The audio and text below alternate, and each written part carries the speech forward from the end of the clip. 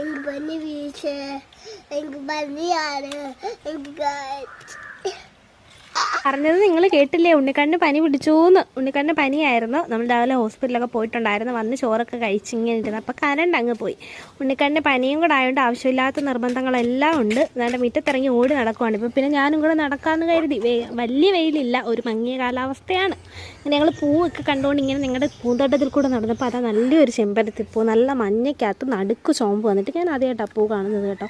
പിന്നെ ഇത് നമ്മുടെ ചാച്ചമ്മ ചോർക്കിടായിരുന്നു. ഇതിലും പൂവായി. പക്ഷേ ആശാൻ പൂ നോക്കി നിന്ന് 2 മുട്ടങ്ങ് പൊഴിച്ച് കളഞ്ഞു കേട്ടോ. പിന്നെ ഞങ്ങൾ അവിടെ നിന്ന് ഒരു ട്രെയിനിൽ കയറി ഇങ്ങി പോയിരുന്നു. അധിക സമയം അവിടെ നിന്ന് ശരിയാവത്തില്ല. അമ്മോട് കാര്യം ചോദിക്കട്ടെ, ആരുടെ മോനാ? അമ്മൂന്റെ. ഇതാരായത്? ഇത് ചക്കമുത്ത്. ആരുടെ ചക്കമുത്ത്? അമ്മൂന്റെ. സത്യം സംഭവമൊക്കെ ശരി തന്നെ, അമ്മൂൻ്റെ ചക്കരമുത്തൊക്കെ തന്നെ. പക്ഷെ കുരുത്തക്കേട് കണ്ടാലുണ്ടല്ലോ.